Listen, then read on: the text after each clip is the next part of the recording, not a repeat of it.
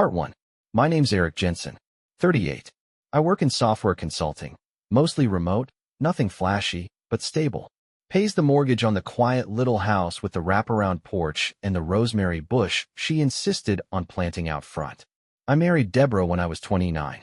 No kids, just one of those things we said we'd get to, until we didn't. We used to laugh more. That's what I remember. She'd curl her legs under her on the couch, steal fries off my plate without asking, roll her eyes when I made bad puns, and then laugh anyway.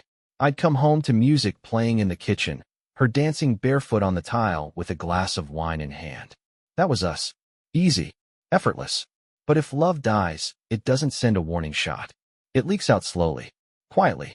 It started with the way she stopped looking up when I came into a room. One Tuesday night, I asked if she wanted to watch a movie. Just something light. A comedy we'd both seen 100 times. Her response was barely a flick of the wrist, fingers still tapping her keyboard. "I'm working," she said. "Maybe later." Later never came. An hour passed. I walked by the dining room and saw the laptop closed, her phone in her hand. She was smiling at it. One of those quiet, inward smiles that used to be for me. When she noticed me, her face blanked out fast. "Who's that?" I asked, trying to keep it light. She didn't miss a beat. "Rachel. From yoga." Rachel. The same name she'd use again and again. The next evening, I suggested we go out. Dinner, maybe a drink. Something to reconnect. She declined. Had a late lunch. Just want to shower and relax. She used to jump at the chance to get out of the house with me. That night, she said she had a migraine and went to bed early. I noticed her keys weren't in the usual spot, but her car was still in the driveway. I didn't ask. Just logged the detail. Saturday morning, she left before I woke up. Brunch with the girls, she'd written on the dry erase board by the fridge. No names. No time listed. Just vague enough to make it untraceable. She came back 5 hours later. Her hair was damp, makeup gone, her shirt inside out. "You have fun?" I asked. "Sure," she said. Nothing more. Something settled low in my stomach. Not pain, something colder. A kind of stillness. I started noticing her phone habits. Always on silent. Always face down. She took it with her to the bathroom, to the backyard, even into the laundry room. She'd never been that glued to it before. I tested things. Made small requests. Asked if she could pick up milk on the way home. She forgot. Twice. I left a note asking if she'd seen my blue hoodie. The one she always stole. It never turned up. She started using words like, "I'm exhausted," and "I just need space," when I tried to reach out physically. That kind of exhaustion doesn't come from work. It comes from distance. From holding up a mask too long. One Thursday night, I caught her pacing in the kitchen, whispering into the phone. When she turned and saw me, she froze. Then casually ended the call. "Who was that?" I asked. She smiled, too controlled. "Rachel again. She's going through a breakup." Didn't sound like her. "You don't really know her voice," she replied without blinking. That night, she went to bed without a word. I stayed up, staring at the ceiling, feeling something in my chest press down hard. The space between us wasn't just emotional, it was tactical now. Like I was living with a strategist, not a partner. Over the next few days, I watched more. Not out of paranoia. Out of instinct. I tracked the changes, the longer showers. The new underwear she didn't mention buying. The sudden interest in running at night, even though she always hated cardio. She'd come home flushed, energized, but would barely speak to me. When I reached for her, she turned her shoulder. "I'm just tired," she whispered. "Don't take it personal." But how could I not? It was death by 1,000 deflections. No screaming matches. No door slamming. Just absence where presence used to live. I still wasn't sure. Not fully. I hadn't seen messages or caught her in a lie that couldn't be explained. But I knew. Deep down I knew. And that was worse in some ways than not knowing, but knowing. I didn't confront her. Not yet. Because when someone is lying to you, and you catch them too soon, they just learn to lie better. So I waited. I watched. Because I didn't want the story she'd offer me. I wanted the truth. And I was going to get it. On my terms. Part 2. I didn't ask questions anymore. I collected them. Each offhand comment. Each phone call that ended when I walked into the room. Every, "I'm working late," that didn't line up with her usual schedule. I filed it all away. At first, it wasn't even conscious. Just a quiet habit, like mentally noting potholes on your street. But then it became deliberate. Deborah had grown precise. Her lies weren't obvious. They were polished, practiced, too clean, which meant she'd done this before. Or at least, she'd thought it through. I started with small things. She'd say she went to yoga. I'd check her location history on our shared calendar app. It was blank. Not missing, just scrubbed. I knew because mine still tracked everything. Her phone, once filled with notifications and GPS pings, was now a digital ghost. The next morning, I checked her gym bag. Still damp. But the towel inside smelled like hotel-grade soap. Not the peppermint wash they use at her usual studio. A small thing, but it stuck. I tested her again. "Hey," I said casually one morning, "you left your water bottle in my car. Thought you needed it for yoga." She blinked, just a moment too long. "Oh, right. I forgot I left it there. I borrowed Rachel's yesterday." Rachel. Always Rachel. I started writing things down. Times, locations, what she wore out versus what she came home in. It felt insane at first, tracking my own wife like a suspect. But what felt crazier was the idea that I could keep living in a house built on question marks. One night, while she showered, I opened her phone. She'd changed the password. A small, tight fist formed in my gut. She'd never locked me out before. I backed off. Waited. Looked for another opening. Later that week, we were watching a show together, something she usually ignored. But tonight, she laughed at the right moments, commented on the plot, almost like she was overcompensating. At one point, she turned her phone over and nudged it under a pillow when she got up for wine. When she left the room, I slid it out and hit the screen. Still locked. New code. Not her birthday. Not mine. Not the anniversary. She was building a wall, brick by brick. The next day, I installed a device on our router. Small, unnoticeable. It logged all devices connected to our Wi-Fi and what they accessed. I told myself I wouldn't check it daily. I checked it every night. Mostly harmless traffic. Until Thursday. An unfamiliar device pinged our network at 11:43 p.m. A phone. Not hers. Not mine. Name was generic, just Pixel 678. But it was there. Connected for an hour. I hadn't had any guests. And Deborah said she'd gone to bed early. I asked her the next morning, "Did you have trouble sleeping last night?" She looked up from her coffee. "No." "Why?" "Heard something around midnight. Thought maybe someone came by." She laughed, light and dry. "Yeah, I invited a raccoon in for drinks." I smiled back. Didn't push it. But I'd seen the logs. Someone was here. One night, I asked if she wanted to go out, just dinner. She hesitated. "I already made plans with Rachel," she said. "Mind if I join?" She blinked. "It's kind of a girl thing. We're catching up." I nodded slowly. "Got it." That night, I waited for her to leave, then followed. She didn't go to any restaurant. She drove to a shopping center, parked for 20 minutes, then pulled into a residential street 2 blocks over and disappeared inside a dark red house I didn't recognize. I waited. An hour passed. Then 2. Finally, she came out with someone. A man. Taller than me. Gray jacket.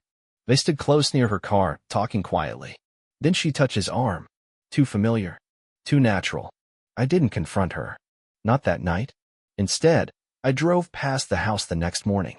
No cars in the driveway. No sign. But the mailbox had a name on it. K. Dalton. I didn't know any K. Dalton. That weekend, I got another chance to access her phone. She'd left it charging in the kitchen. I moved quickly, connected it to a backup utility I'd downloaded earlier. It mirrored data to my laptop. Texts were sparse. Too clean. Like someone who had wiped their fingerprints off every doorknob. But the email app? Buried in the spam folder. There it was. A password reset email from a dating site. Not sent. Received. She hadn't used it. Not recently. But it was there. And the email associated with it wasn't her usual one. It was an old one I hadn't seen in years. The kind she probably thought I'd forgotten about.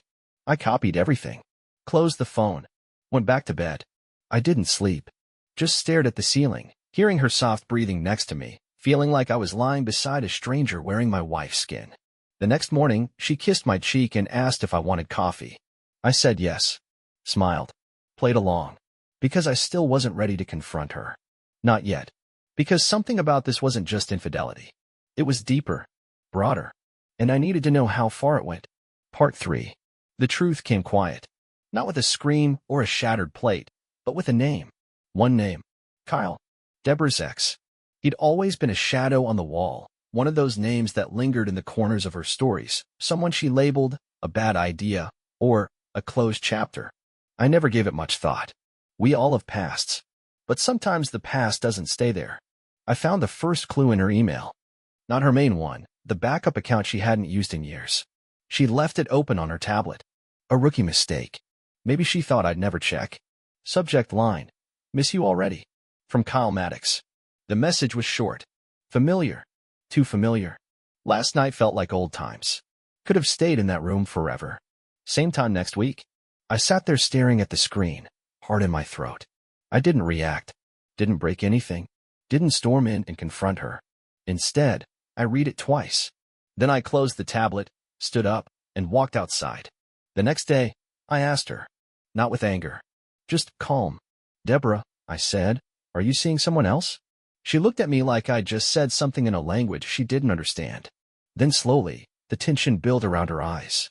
Her mouth opened, closed, and finally, the words came. Kyle. I nodded. How long? A few months. Why? I don't know, she whispered. It started with coffee. I didn't plan it. I didn't yell. Didn't accuse. Instead, I asked the only question I truly cared about. Is it still happening? She shook her head. No. I ended it. I believed her. I don't know why. Maybe because I wanted to. Because the alternative, that the woman I'd build a life with was still lying through her teeth, felt too brutal to sit with. We talked that night. Really talked. First time in months. She told me she felt like we'd grown apart, like she was just floating through our marriage.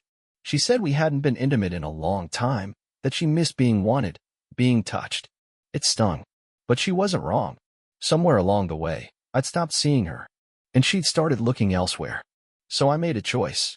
I forgave her. We agreed to start fresh. Therapy. Time together. A trip. She cried in my arms, told me she was sorry, told me she loved me and wanted to fix it. I believed her. God help me. I believed her. For a while, things got better. She was present again. We were laughing more, eating dinner at the table, sleeping in the same bed. I was hopeful. Wary, but hopeful. Then came the slip. I recognized it this time. The distance in her eyes. The late nights. The sudden networking event that popped up last minute. One night, after she left for a girls' dinner, I followed her. Not far. Just far enough to confirm what I already feared. She didn't go to a restaurant. She didn't meet up with Rachel. She went to Kyle. Same red brick hotel. Same room 214. This time, I didn't flinch. I took a picture of her car parked next to his. I waited. When she came home that night, I was sitting in the living room, lights off, phone in hand. Good dinner? I asked. She froze. I showed her the photo. Said nothing. She stared at it, then at me. And something in her eyes just broke. Not fear. Not shame. Resignation. I'm sorry, she whispered. Don't, I said. Don't say it again. She sat down across from me, shoulders low. No excuses. No defense. I thought we were fixing this, I said, barely hearing my own voice. I thought I could stop, she replied. But I didn't. I don't know why. We sat there for a long time. Two people who had already unraveled, just watching the pieces fall. I tried, I finally said. God, I really tried. I know, she whispered. I know you did. And maybe that's what burned the most. That I had offered her a way back, and she still chose to disappear into someone else. I didn't scream. I didn't beg. I stood up, walked to our room, packed a small bag. She followed me to the door. Eric. I turned to her. We're done, I said. I'm not going to ask why again. I'm not going to look for closure in a place that keeps giving me silence. And I left. I checked into a hotel that night. Didn't cry. Didn't drink. Just lay in bed and stared at the ceiling, listening to the weight of everything I carried finally slide off. She cheated on me with her ex. We talked. I didn't yell. She told me she missed intimacy. Missed being wanted. I forgave her. I reached out. I made amends. And she still slept with him. That's what did it. That's what snapped the cord. You don't keep holding on to someone who keeps choosing to let go. She had me. And then she didn't. Now, I feel nothing when I think of her name. Not rage. Not sorrow. Just space. And in that space, I'm building something new, out of silence, out of truth. Out of the pieces she thought I'd never recover. Part 4. After I left, Deborah didn't reach out for days. Then, just like clockwork, The apology text began. At first, they were cold. We need to talk. Then they softened. I miss you. Please don't do anything drastic. She was testing the water, seeing if the door was still cracked. I didn't respond. Instead, I went to war in silence. I started with the finances. Our accounts were mostly joint. We'd always operated under the illusion of trust. So when I checked the balances and saw transfers I hadn't authorized, I wasn't surprised. She'd been shifting money, slowly, subtly, over the last few months into a secondary account. An account I hadn't known existed.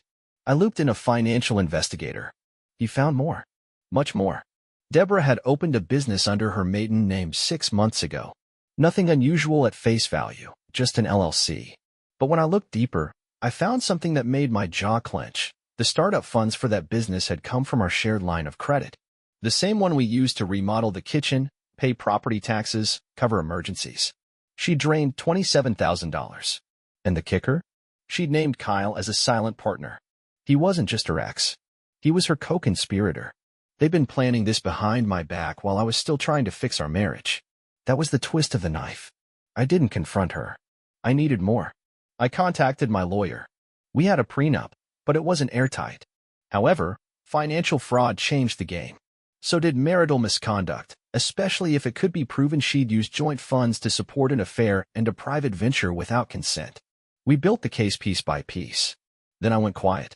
No texts. No calls. Nothing. Until I ran into her, by chance or fate, at a friend's birthday dinner. She showed up in a red dress, hair curled, smile rehearsed. Like nothing had happened. People didn't know yet. They greeted us as Eric and Deborah. She played the part beautifully. So I played mine. We laughed. Toasted. She slipped her hand onto my thigh under the table like old times. I'm glad you're here, she whispered. Me too, I said. I looked her in the eye and smiled like I meant it. 2 days later, she received notice of the full legal motion, divorce filing, financial fraud complaint, and a request for formal accounting of the LLC she'd hidden. Then came the freeze on our joint assets. She called me in a panic. I let it ring out. She emailed me. I forwarded it to my lawyer. I was done talking. I'd hired a forensic accountant who traced every dollar she'd spent through that fake business. Hotel rooms, travel expenses, dinner charges that conveniently aligned with Kyle's visits. It painted a clear picture. But the real impact came at her workplace. I forwarded the financial report and a summary of her unauthorized business dealings to her company's legal team. It was technically whistleblower action. I did it anonymously, through my lawyer, and it included proof she was using work resources to build her side project. 2 days later, she was suspended pending investigation. She showed up at my apartment. Eric, what the hell are you doing? Just holding you accountable. You're destroying me. No, I said, voice flat. You did that yourself. She tried crying. Didn't land. Tried getting angry. Fell flat. You blindsided me, she said. We could have handled this privately. We did. I gave you a chance. You cheated. I forgave you. You cheated again. You stole. You lied. You hid a business. You funneled money to your ex. You made this public the moment you decided to gamble our life on secrets. She stood there shaking, looking less like the confident woman I married and more like a stranger in a collapsing world. The final blow came at a fundraiser. Her company was one of the main sponsors. She showed up wearing her best PR smile, pretending like her world wasn't burning down. I watched from the back as she took the stage, microphone in hand, thanking donors and talking about integrity in business. That's when the leak went live. My lawyer had scheduled a timed release to a reputable financial blog, anonymous tip, full receipts, transaction records, screenshots of her and Kyle registering the business while still accessing our joint credit. The blog went viral within the hour. On stage, mid-sentence, her phone buzzed. She looked down. Then again. Then froze. People around her started whispering.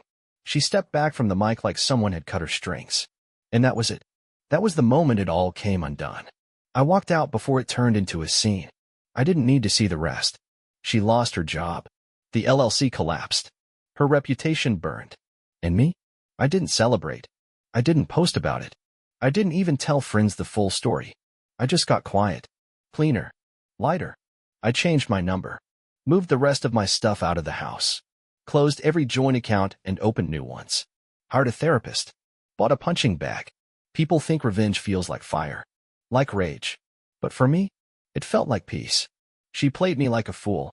I played her like a strategist. And in the end, the difference was simple. She played for pleasure. I played for keeps. Part 5. It's been 6 months since I burned the bridge. Not a text. Not a call. No updates from mutual friends, though I suspect Deborah asked around. I made it easy for her to find nothing. New number. New apartment. New routines. The version of me she knew went silent and never came back. And still, she did. She showed up one Friday night, outside my building, leaning against her car like she hadn't detonated our entire life together. I nearly walked past her. "Eric," she said. Voice soft, rehearsed. "Can we talk?" I looked at her. Really looked. She'd lost weight. The confident posture was still there, but hollowed out. Her clothes looked like they were borrowed from the past, like she was trying to wear a version of herself I once loved. "About what?" I asked. She hesitated. "Everything." I didn't say yes. I didn't say no. I let her follow me inside. We sat at my kitchen table, the same kind we once picked out together in a boutique store she found online. She used to say it made our dinners feel more anchored. Now it felt like a negotiation table. She started with the apologies. Polished. Polite. She said therapy changed her. That losing everything forced her to face herself. That Kyle had turned out to be exactly the man she left years ago. That she wasn't asking to fix us, just to speak, one last time. Then came the real ask. "I need help," she said. "The lawsuits, the fraud stuff, they're pushing for jail time." I blinked. "You're kidding." She shook her head. I was stupid. I signed things I didn't read. Kyle vanished when it all hit the fan. I have no one, Eric. It hit me then. She hadn't come for closure. She'd come because I was still the safest man she'd ever known. The one who forgave her. The one who stayed when she first cheated. The one who didn't yell, didn't hit, didn't humiliate. She was betting on that version of me still existing. "I'm not your shield anymore," I said. Her face twisted. Not in rage, she wasn't stupid enough to show that, but in panic. Like she was drowning, and I was the last floating door in an ocean she chose to jump into. "I know I ruined everything," she whispered. "But I still think about you. Every day." I didn't respond. She stayed another hour. Talked about her broken family. How even her sister cut her off. How she'd lost her job, her car, her name. I listened. And then I walked her to the door. "Take care of yourself," I said. She looked like she wanted to say more, but the words didn't come. That was the last time I saw her. But not the last twist. 2 weeks later, I got a call from someone I hadn't spoken to in years. Nick. My younger brother. We'd grown apart. He was always in and out of the country, military, then private contracting, then God knows what. We weren't estranged, but we weren't close either. He sounded weird on the phone. Nervous. "I need to tell you something," he said. "Okay." "It's about Deborah." "And Kyle." I leaned forward, eyes crawling down my spine. "What about them?" He exhaled, shaky. "They reached out to me last year. Before everything blew up. Kyle wanted me to invest in some side business they were cooking up. Said Deborah was on board. Said it was airtight." I stayed silent. "I told them to get lost. But I didn't tell you." "I should have." "Why didn't you?" He hesitated. "Because I was embarrassed. I thought maybe you knew. That maybe you were part of it. That knocked the wind out of me. My own brother thought I might have been in on the scam. That's how tangled and hollow everything had gotten. That's how far I'd slipped out of my own life." After the call, I sat in my living room for a long time. Thought about how much damage one person could cause, not just with lies, but with confusion, with silence, with half-truths and well-timed smiles.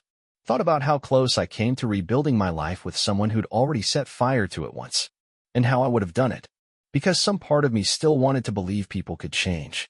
But maybe the truth is harsher. Maybe some people just know how to wear your trust like a costume. They don't fix themselves. They adapt. And they wait for the moment you forget what they're capable of. I'm not married. Not dating. I sleep better now, though sometimes I wake up around 3 a.m. with my chest tight and my mind racing. I keep a list on my phone, lessons, reminders, red flags I'll never ignore again. I go to the gym more. I read more. I've started writing, not publicly, just for me. It helps.